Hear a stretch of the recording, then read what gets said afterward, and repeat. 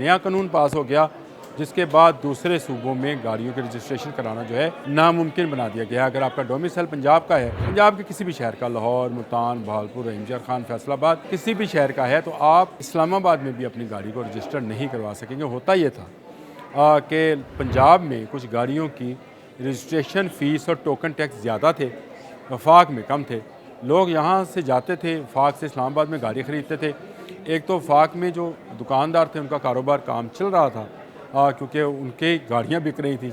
वहाँ गाड़ी ख़रीदने वाला वहीं पर उसको रजिस्टर कराता था। लाहौर का एक हदूद अरबा है और उसके बाहर जो उसके देहात हैं, ये सबर्बन एरिया जो है, यहाँ पर सोसाइटीज़ बनाई जाती थी, लेकिन उनका टैक्स जो है वसूल करने का कोई मेकनिज़म नहीं था। यानी जो प्रॉपर्टी टैक्स है उसको लेने के लिए कोई मेकनिज़म मौजूद नहीं था। लेकिन अब फैसला ये किया गया है कि शहर के साथ साथ जो सोसाइटीज़ हैं वहाँ से भी टैक्स वसूल किया जाएगा।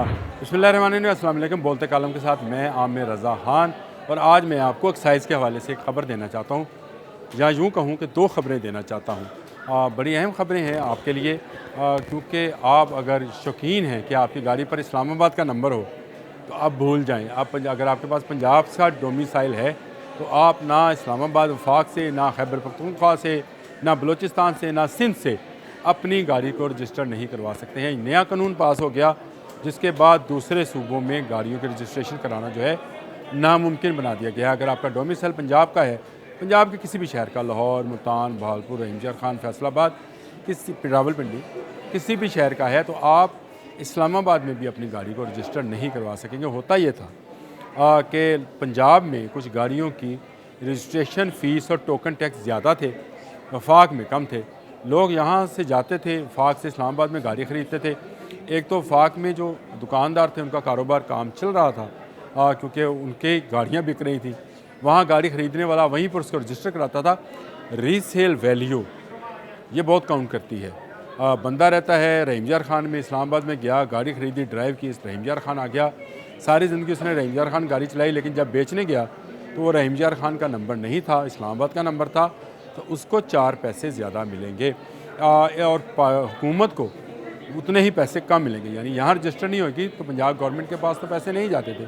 तो अब कैबिनेट में ये बिल पास कर दिया है कि गाड़ियों की रजिस्ट्रेशन जो है वो आप वफाक में नहीं करा सकेंगे। महकमा एक्साइज़ ने दूसरे सूबों और इस्लामाबाद में रजिस्ट्रेशन रोकने के लिए कैबिनेट से बाकायदा मंजूरी ले ली है।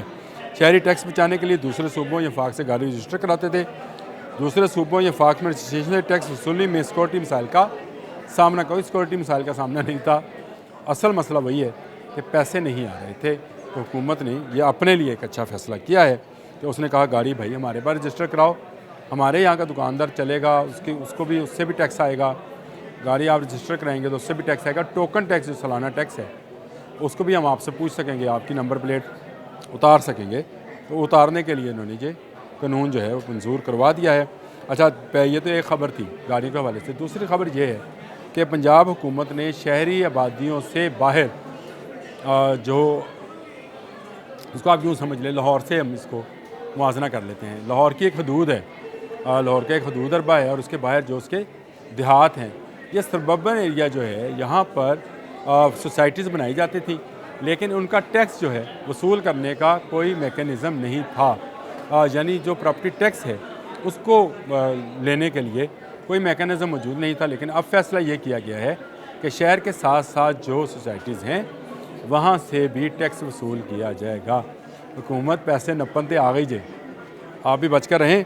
कि हुकूमत ने मंजूरशुदा हाउसिंग सोसाइटी में रहायशियों से वसूली करने का फ़ैसला किया है। मंजूरशुदा हाउसिंग सोसाइटी के लिए सिस्टम के तहत डीसी रेट पर टैक्स वसूल किया जाएगा। ये आपको पता है कि मार्केट रेट अलग है, डीसी रेट अलग है। मार्केट में अगर एक चीज़ करोड़ रुपये की है तो डीसी रेट पर उसकी कीमत 25 लाख है, तो उसी पर टैक्स लिया जाएगा। लेकिन लाहौर में ही कई इलाकों के अंदर ये डीसी रेट सिस्टम ख़त्म कर दिया गया और मार्केट वैल्यू के ऊपर जो है टैक्स की वसूली जारी है।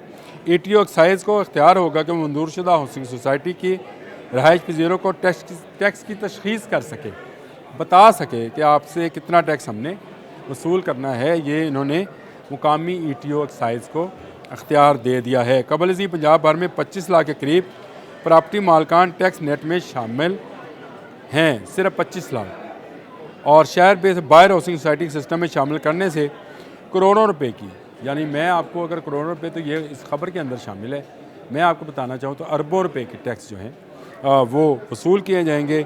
महकमा एक्साइज़ ने काबीना से मंजूरी के बाद हतमी मंजूरी के लिए समरी रवा हफ्ते हुकूमत को भिजवाएगी। कैबिनेट से मंजूरी हो चुकी है, अब जो है इसकी ख़त्मी मंजूरी होना बाकी है। जैसे ये मंजूरी होगी तो ये टैक्स जो है उन सोसाइटीज़ पर जो लाहौर के साथ साथ हैं उन पर नाफिज कर दिया जाएगा। और ये काफ़ी ख़तरनाक बात है। ख़तरनाक आपके लिए है कि हुकूमत तो पैसे इकट्ठे कर रही है, आपकी जेब से पैसे निकलेंगे, चाहे वो गाड़ी के रजिस्ट्रेशन का मामला हो या उन सोसाइटीज़ का मामला हो जो शहरी हदूद से बाहर बनाई जा रही थी। अच्छी बात यह है कि हुकूमत ने इनकी ज़िम्मेदारी भी लेगी। अगर इन पर टैक्स नाफिज करेगी तो आपको ख़रीदो फरोख्त में भी आसानी होगी। आपको ये पता होगा कि इसका टैक्स कहाँ से वसूल किया जाएगा, कौन लेगा। इससे पहले ये निज़ाम नहीं था। अगर आप शहरी सहूलियात देते हैं और आप टैक्स लेने के हकदार हैं, और अगर आप नहीं देते हैं तो आपको टैक्स मांगते हुए भी शर्म आनी चाहिए। आज के लिए इतना ही। अल्लाह हाफ़िज़।